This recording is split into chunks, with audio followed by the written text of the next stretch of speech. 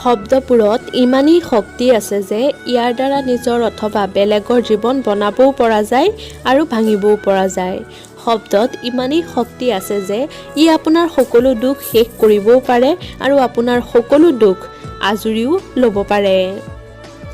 এই শব্দই আমাৰ সম্বন্ধবোৰ ভাঙিবও পাৰে আৰু ভাঙি যোৱা সম্বন্ধবোৰ গঢ়িবও পাৰে। শব্দই আমাৰ সকলো সফলতা পোৱাৰ ক্ষমতা ৰাখে আৰু শব্দই আমাৰ সকলোবোৰ সম্পূৰ্ণৰূপে বৰবাদো কৰি তুলিব পাৰে। শব্দই মাত্ৰ এজন মানুহকে নহয়, সম্পূৰ্ণ পৰিয়ালকে নহয়, এখন গাঁও এখন দেশক বৰবাদ কৰাৰ অথবা নিৰ্মাণ কৰাৰো শক্তি বহন কৰি ৰাখিব পাৰে। এই পৃথিৱীৰ আটাইতকৈ প্ৰভাৱশালী আৰু ক্ষমতাশালী অস্ত্ৰ হ'ল শব্দ। সেইবাবে আজিৰ এই ভিডিঅ'টোৰ জৰিয়তে শব্দৰ এই যাদুৰ বিষয়ে জানিম আমি যদি এই কথা কোৱাৰ শৈলী শিকি লওঁ তেতিয়াহ'লে এই গোটেই পৃথিৱীৰ সফলতাই আমাৰ চৰণ চুমিব। ইয়াক শিকিবৰ বাবে কোনো ডিগ্ৰী বা ডিপ্ল'মাৰ প্ৰয়োজন নাই, মাত্ৰ আমি আমাৰ কিছুমান অভ্যাসক সলনি কৰিব লাগিব। প্ৰথম কথা হ'ল আমি কথা কওঁতে কেতিয়াও বেছি ডাঙৰকৈ বা বেছি কমকৈ ক'ব নালাগে। শব্দৰ উচ্চাৰণ সঠিক আৰু স্পষ্ট ৰূপত কৰিব লাগে। যদি আমি বহুত স্পীডত কওঁ তেতিয়াহ'লে মানুহে বুজিবই নোৱাৰিব আৰু যদি বহুত লাহে লাহে কওঁ তেতিয়া মানুহে আমাৰ পৰা ব'ৰ হৈ পৰিব। যদি বেছি চিঞৰি কওঁ তেতিয়া মানুহে আমাৰ মাত পচন্দ নকৰিব।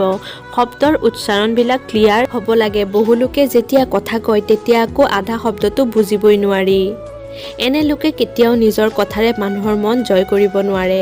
সেইবাবে শব্দৰ উচ্চাৰণ সঠিক ৰাখিব, গতি আৰু শব্দক বেলেঞ্চ কৰিবলৈ শিকিব।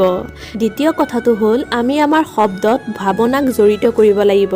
লাগিলে সেয়া বডি লেংগুৱেজে নহওক কিয়, যদি আমাৰ শব্দত কোনো ভাৱেই নাথাকে তেতিয়াহ'লে সেই শব্দই কাৰোবাৰ হৃদয়ত কেনেকৈ চুব পাৰিব। হৃদয়ত কেৱল শব্দই খুন্দা নামাৰে, যেতিয়া সেই শব্দত ভাৱনা জড়িত হৈ পৰে তেতিয়াহে কাৰোবাৰ হৃদয়ত সেই শব্দই চুব পাৰিব। উদাহৰণস্বৰূপে এটা বাক্য, মই তোক এৰি নিদিওঁ। এতিয়া এইটো বাক্যকে যদি খঙেৰে কোৱা হয় বা অলপ উচ্চ স্বৰে কোৱা হয় তেতিয়াহ'লে এইটো এটা গালি হৈ পৰিৱৰ্তন হ'ব, নহয়নে বাৰু? কিন্তু যদিহে মৃদুভাৱে কোৱা হয়, মৰমত কোৱা হয়, ভাৱনা লগাই কোৱা হয় তেতিয়াহ'লে ই এষাৰি মৰমৰ বাক্য হৈ পৰিব।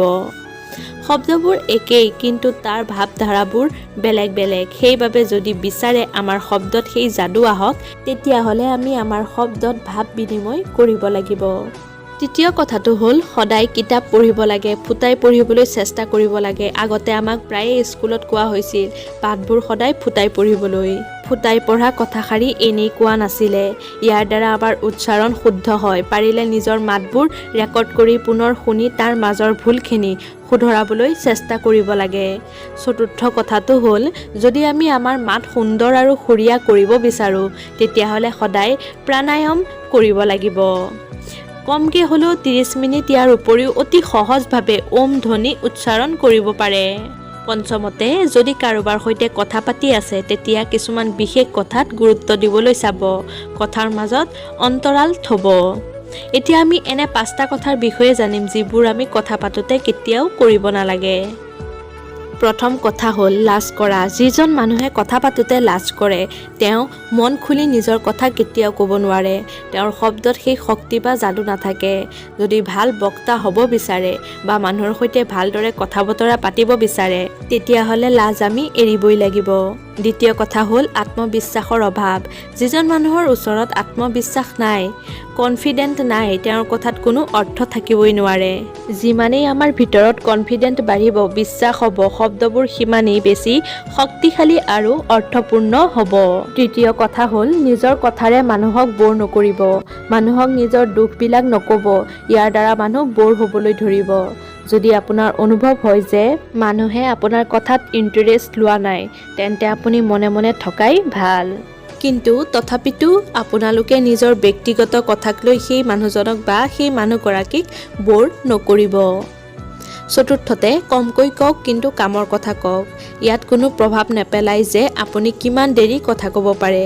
প্ৰভাৱ ইয়াত পৰে যে যিবোৰ আপুনি কৈছে সেইবোৰ কিমান উপকাৰী, ইয়াৰ দ্বাৰা মানুহৰ লাভ হৈছে নে নাই বা সহায় হৈছে নে নাই, সুখ লাভ কৰিছে নে নাই সেইখিনি আমি চিন্তা কৰিব লাগে। কিমান কৈছে এইটোৱে প্ৰভাৱ নেপেলায়, আপুনি কি কয় আৰু কেনেকৈ কয় এইটোৱেহে প্ৰভাৱ পেলাব। পঞ্চম আৰু শেষৰ কথাটো হৈছে কাৰোবাৰ লগত কথা পাতোতে নিজৰ সলনি তেওঁৰ কথাহে বেছিকৈ পাতিব, কাৰণ মানুহে নিজৰ কথা নিজে শুনিবলৈ ভাল পায়। আপুনি এইটো নক'ব যে আপুনি কেনেকৈ আছে, আপুনি এইটো ক'ব যে আপুনি তেওঁৰ বিষয়ে কি ভাবে। যেতিয়া আমি মানুহৰ সৈতে নিজতকৈ বেছি তেওঁলোকৰ কথা পাতোঁ, তেতিয়া মানুহে আমাৰ ওপৰত বেছি গুৰুত্ব দিয়ে। যেতিয়া আমি মাত্ৰ নিজৰ বিষয়ে কথা পাতি থাকোঁ, তেতিয়া মানুহে আমাৰ পৰা আঁতৰিবলৈ ধৰে। এইবোৰ সৰু সৰু কথা, কিন্তু যিজনে এইবোৰ কথা শিকি লয় তেওঁক এজন সফল মানুহ হোৱাৰ পৰা কোনেও ৰখাব নোৱাৰে। যিজনে কথা ক'বলৈ শিকিলে তেওঁ এই পৃথিৱীৰ সকলো কথাই শিকিলে, কাৰণ সকলো বিদ্যা সকলো জ্ঞানতকৈ ভাল আমাৰ কথনশৈলী, আমাৰ শব্দৰ জ্ঞান। ধন্যবাদ।